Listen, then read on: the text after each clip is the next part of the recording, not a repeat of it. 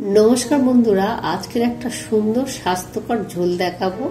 तो रूपचाँद माछ दिए खूब पातला झोल होबे। तो এই झोलটা खूब माने কেউ যদি পাতলা ঝোল কেউ খেতে চায় বা কারো কেউ অসুস্থ হয় তো এর জন্য এই ঝোলটা মানে যারা পাতলা খেতে পছন্দ করে তারাও খেতে পারবে, আর কারোর শরীর খারাপ যদি থাকে এই ঝোলটাও আপনারা করে দিতে পারেন। তো এটা শরীরের জন্য খুব খুব উপকারী। তো এটা এই ঝোলটাতে একদম কাঁচা লঙ্কা দিয়ে হবে আর পাতলা ঝোল হবে। আর এই রূপচাঁদ মাছটা কিন্তু জ্যান্ত মাছ ছিল, তো জ্যান্ত মাছ বলেই দিয়েছি। তো আপনারা চারাপোনা দিয়েও করতে পারেন, যে কোনো জ্যান্ত মাছ দিয়ে এই ঝোলটা করা যায়। তো দেখুন আমি ছাদে এসেছি, তো আমার ঘরের কুলেখাড়া দিয়ে আমি করব। তো কলমি শাক আর এই কুলেখাড়া একটা জায়গার মধ্যে হয়েছে, তো এতটাই কলমি শাক বেড়ে গেছে তো আমার বেছে বেছে ওগুলো নিতে হচ্ছে, যে কুলেখাড়াগুলো তো খুবই নরম একদম।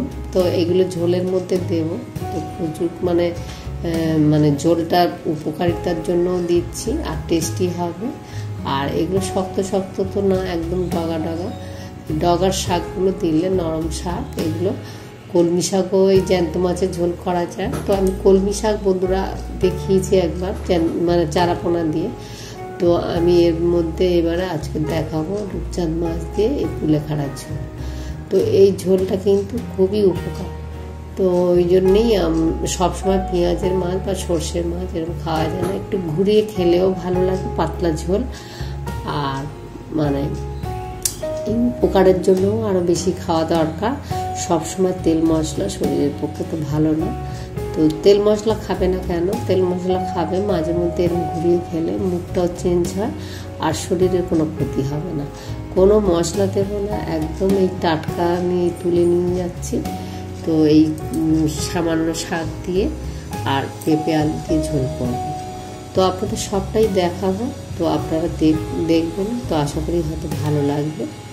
তো আপনারা ঘরেও ট্রাই করতে পারবেন। ঝোলটা অনেকেই জানে না, হয়তো শাক দিয়ে মাছের ঝোল হয়। তো আমরা খেয়েছি, তো ওই জন্য আপনাদের সাথে সব শেয়ার করবো আমি সব কিছু রান্নাটা। তো আমার বেছে বেছে নিতে হচ্ছে, এতটাই শাক কলমি শাক হয়ে গেছে। তো আজকের মাছ দিয়ে এটা করি কুলেখাড়াটা, আর শাকটা আমি আবার কালকে কলমি শাকটা কাল তুলে নেব। তো তুলে নিলেই আবার ফিরে আবার কিছুদিন পরে আবার হয়ে যায়। তো অনেকবারই আমি এই শাক তুলি আবার হয়ে যায়, তো আবার খাওয়া। তো এরকম করে কাছে থাকলে আমি ধরো ইচ্ছা হলো আজকে মাছ রয়েছে তো আমি এটা দিয়ে ঝোল করবো, তো তখন পাবো না। তো আছে যখন আমার কাছে মানে ঘরের মধ্যেই বলতে গেলে, ছাদে মানেই তো বাড়ির মধ্যে। তো আমি ওইখানে গিয়ে তুলে নিয়ে আসছি তো ওই পাতলা ঝোল করার জন্য। তো আমাদের বাড়িতে পাতলা ঝোল মাঝে মাঝে সবাই খেতে পছন্দ করে, তো আমারও ভালো লাগে। তো দেখুন কিরকম শাকগুলো কতটাই টাটকা একদম। তো গায়ে একদম নোংরা নেই, পরিষ্কার শাক। আর একদম মানে বেশি সিদ্ধ করতে হবে না। আর এই শাক আমি তো ভাজবই না, মানে ঝোল ফুটবে তার মধ্যেই দিয়ে দেবো। তো আপনারা দেখবেন আমি কখন শাকটা দিচ্ছি, তাহলে সবটা মানে আপনার দেখতে হবে যে কখন কেমনভাবে রান্নাটা করছি। তো শাকটা আমি তুললাম, তো তুলে আমি ছাদের কল দিয়ে ভালো করে ধুয়ে নিয়ে আসছি। তো শাক ধুয়ে নিয়ে এসেছি, এবার মাছটা ফ্রিজ থেকে বার করলাম। তো আমি দুটোই রূপচাঁদ মাছ নিয়ে এসেছিলাম, তো একবার খাওয়া হয়েছে আর ফিরে আমি আবার এই আজকে রান্না করছি, বাকি ফ্রিজে তুলে দেব। তো দেখুন আমি দুটো আলু নিয়েছি আর তিনখানা মাছ নিয়েছি, অল্প করে শুধু যে বেলাই করবো সেবেলা খাবো। তো একটা ছোট পেঁপে নিয়েছি আর শাকটা তো ধুয়েই নিয়েছি, তুললাম। তো ধুলেই একদম পরিষ্কার একদম শাক, তাজা শাক। তো এই শাকের ঝোল করলে কেন ভালো লাগবে না। তো আপনি দেখতে হবে শাকটা কেমন শাক আনছেন, তার উপরে ঝোলটা করবেন। কিন্তু শাক যে কোনো শাকই আনলেন তো ডগার দিকেই দেখে নেবেন, নিলেই মানে ওটা শাকটা তাজা থাকবে। সবার যে গাছের হতে হবে এরকমটাই তো সবার কি গাছের হয়, তো কিনতেও তো পাওয়া যায়। তো শাকটা সেরকম দেখে কিনতে হবে যাতে টাটকা শাকটা থাকে। তো এবার ডগার দিকে নেবেন, কিন্তু তলার দিকে ডাঁটা নেবেন না একদম। তো এরকম পেঁপে দিয়ে আলু দিয়ে মাছ দিয়ে ঝোল করে একবার আপনি ট্রাই করে দেখুন। তো কত সুন্দর এই ঝোলটা, আর উপকার তো একদম ভরপুর। তো কুলেখাড়া তো যাদের গায়ে মানে রক্ত কম থাকে, অ্যানিমিয়া থাকে, তাদের জন্য তো খুবই প্রযোজ্য। তো ডাক্তাররাও খেতে বলে। তো আমি এই মাছ এমনি শুধু সিদ্ধ করে খাওয়াচ্ছি, বা অনেকে কাঁচা রস করে খেতে পারে না। তো এরকম ঝোলের মধ্যে দিলে সবারই খাওয়া হবে ফ্যামিলির মধ্যে। তো এরকম অল্প করেই দিতে হবে, এক গাদা দিলে হবে না, কিন্তু ডগার শাক দেখে দিতে হবে। তবে মাছটা নুন হলুদ মাখিয়ে নিলাম, আর ফ্রিজেই ছিল, একটু ঠান্ডাটা কেটে যায়। তারপরে আমি কড়াটা এবার বসিয়ে নিয়েছি, রান্নার দিকে চলে এলাম। তো মাছটা ভাজবো একটু বেশি তেল দিয়ে, বড় বড় মানে পিস আছে, তো যদি তেল বেশি হয় আমি তুলে নেব। খালি ভাজার সময় একটু বেশি তেল দিতে হয় সব মাছেরই। তো যদি পাতলা ঝোল করেন সেখানে তেল বেশি দিলে তখন তেল ভাসবে, তো ওই জন্য আমি তেলটা তুলে রাখি। তো রেখে আমি অন্য কাজে লাগাই, তখন পরেই আবার মাছ রান্না হলে মাছের রান্না তো দিতে পারি। তো ওই জন্য আমি সেইভাবে মাছটা ভাজার সময় একটু তেল বেশি দিলাম। তো দিয়ে মাছটা প্রথমেই একটা মাছ দিয়ে আমি কড়াটা গরম করে নিই, তারপরে বাকি মাছগুলো ভাজবো। আর একসঙ্গে ছোট কড়ার মধ্যে দিলেও হবেও না, তো প্রথমে আমি একটাই ভেজে নিচ্ছি।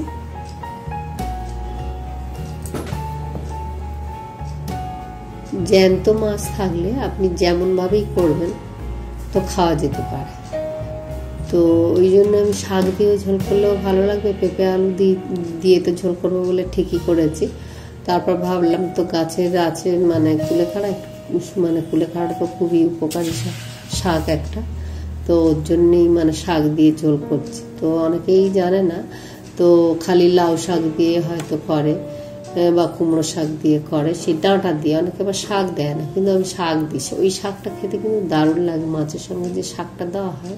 তো এটা তো কুলেখাড়া, এটা তেতো শাক না, মানে মোদ্দা কথা হলো এটা তো তেতো না, তো দেওয়া যেতেই পারে। আমরা কলমি শাক দিয়েও করেছি, তো আমার চ্যানেলে আছে, আপনারা দেখে নিতে পারেন যে কলমি শাক দিয়ে মাছের ঝোল। তো দেখুন আমি মাছগুলো একটা প্রথমেই ভেজে নিয়েছি, আবার দুটো মাছ একসাথেই দিয়ে দিয়েছি।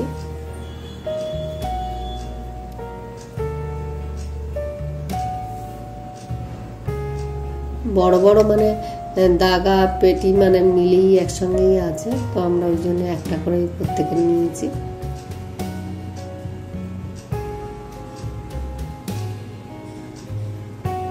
তো তেলটা বেশ অনেকটাই আছে, তো আমি কিন্তু এই পাতলা ঝোলে এত তেল দেব না, তো একটু তেলটা তুলে নেব।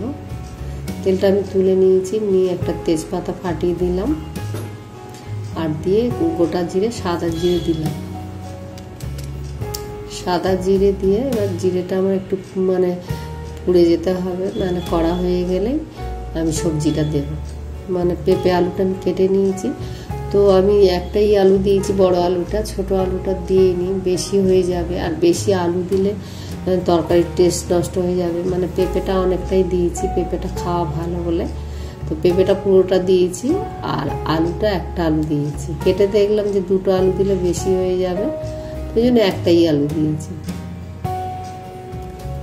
দেখছেন পেঁপেটা অনেকটাই হয়েছে, তো ওর জন্য আলুটা কম দিয়েছি। মানে বেশি সবজি হয়ে গেলে মাছের মধ্যে একে সবজি বেশি দিলে টেস্ট, যেরকম মাংস বলো মাছ বলো, বেশি যদি আপনি তরকারি দিয়ে দেন তাহলে আর ওই জিনিসটার আর টেস্টটা বেশি থাকবে না। তো পরিমাণ বুঝে আপনার দিতে হবে, কতগুলো মাছ রান্না করছেন আর কতটা সবজি।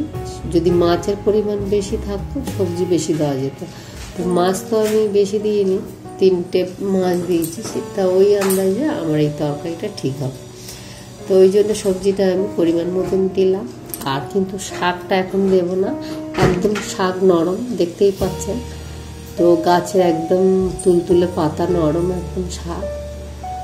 তো ওই জন্য আমি এই সবজির সাথে ভাজলে ওই শাকটা কি হবে, লাল হয়ে যাবে আর ওর গুণাগুণ নষ্ট হয়ে যাবে। তো ওই জন্য আমি শাকটা এখন দেব না। তো আমি নুন হলুদ দিলাম, দিয়ে পরিমাণ মতন হলুদ নুন, যতটা যে যেমন খাবেন, সাদা রাখতে চান কি মানে রং রাখতে চান, তো সেই রকমভাবে। কিন্তু এটা পাতলা ঝোল হচ্ছে, এতে কোনো টমেটো দেওয়া হবে না। তো পেঁপে আলুর ঝোল মানে একটু সাদা সাদা ঝোল বেশি ভালো লাগে। তো এক একটা সবজি আছে বেশি রং চঙে ভালো লাগে না, যেমন লাউ রান্না করলে তাতে বেশি আপনি রং করে রান্না করলে খেতে ভালো লাগবে না, দেখতেও ভালো লাগবে না, আর উপকারও থাকবে না। ওই জন্য আমি পেঁপের তরকারি করলে যে নিরামিষ করি আর মাছ দিয়ে করি, তো বেশি রং দিয়েও দিই না, তাতে টমেটো খুব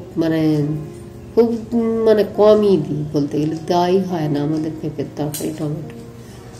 তো পেঁপে নিরামিষ করলে ছেঁচকি করা যায়, ছোলা দিয়ে করা যায়, আবার ঝোল করলেও এতে টমেটো লাগে না।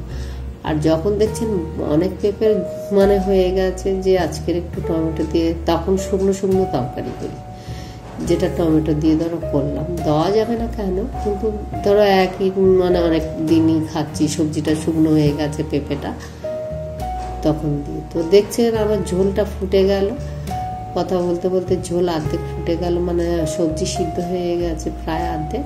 তো আমি তার মধ্যে এই বড় বড়ই থাকবে, এটা ঝোলের যেহেতু, এটা যদি ছোট ছোট করে টুকরো নিরামিষ তরকারি করাও যায়, যে পেঁপে আলু, আর তখন সবজিটা ওই যে শাকটা তখন ছোট ছোট করে দিতে হবে।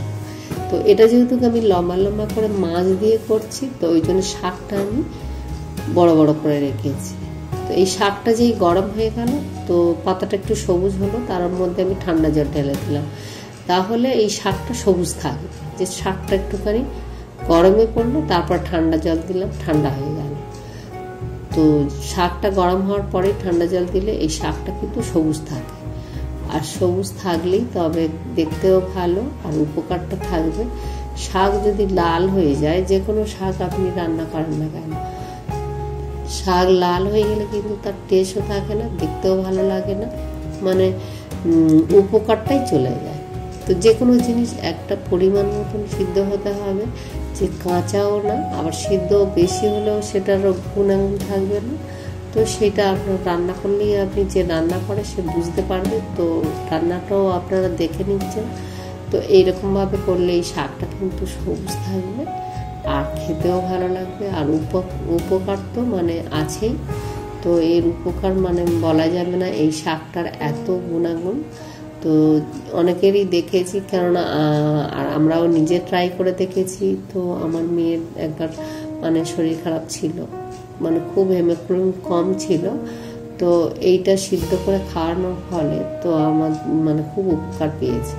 তো সেই জন্য আমরা প্রায় মাঝে মধ্যে আমরা এরকম খাই, মাছেও দিয়ে খাওয়া হয়, আর সিদ্ধ করেও খাওয়া হয়। আমি সিদ্ধ করাও দেখিয়েছি এই কুলেখাড়া, তো আপনারা দেখে নিতে পারেন। দেখছেন এইরকম পাতলা ঝোল হবে, তো এই ঝোলটা কিন্তু খুব উপকার, তো বুঝতেই পারছেন, দেখছি কত পাতলা ঝোল। তো আপনারা এই ঝোলটা যদি পছন্দ হয়, তো আপনারা ট্রাই করবেন, আর খেয়ে কেমন লেগেছে তো বলবেনই। তো আমার মনে হয় মাঝে মধ্যে এরকমই ঝোল খাওয়া ভালো সবার ক্ষেত্রে। তো আপনারা প্লিজ একবার ট্রাই করে দেখুন, আর একবার সবার সাথে শেয়ার করুন, আর ভালো লাগলে একটা লাইক মারবেন। আর আপনাদের সাথে আবার পরে দেখা হবে। আপনারা সবাই সুস্থ থাকবেন, ভালো থাকবেন, আর নিজের খেয়াল কিন্তু অবশ্যই রাখবেন। তো টাটা বন্ধুরা।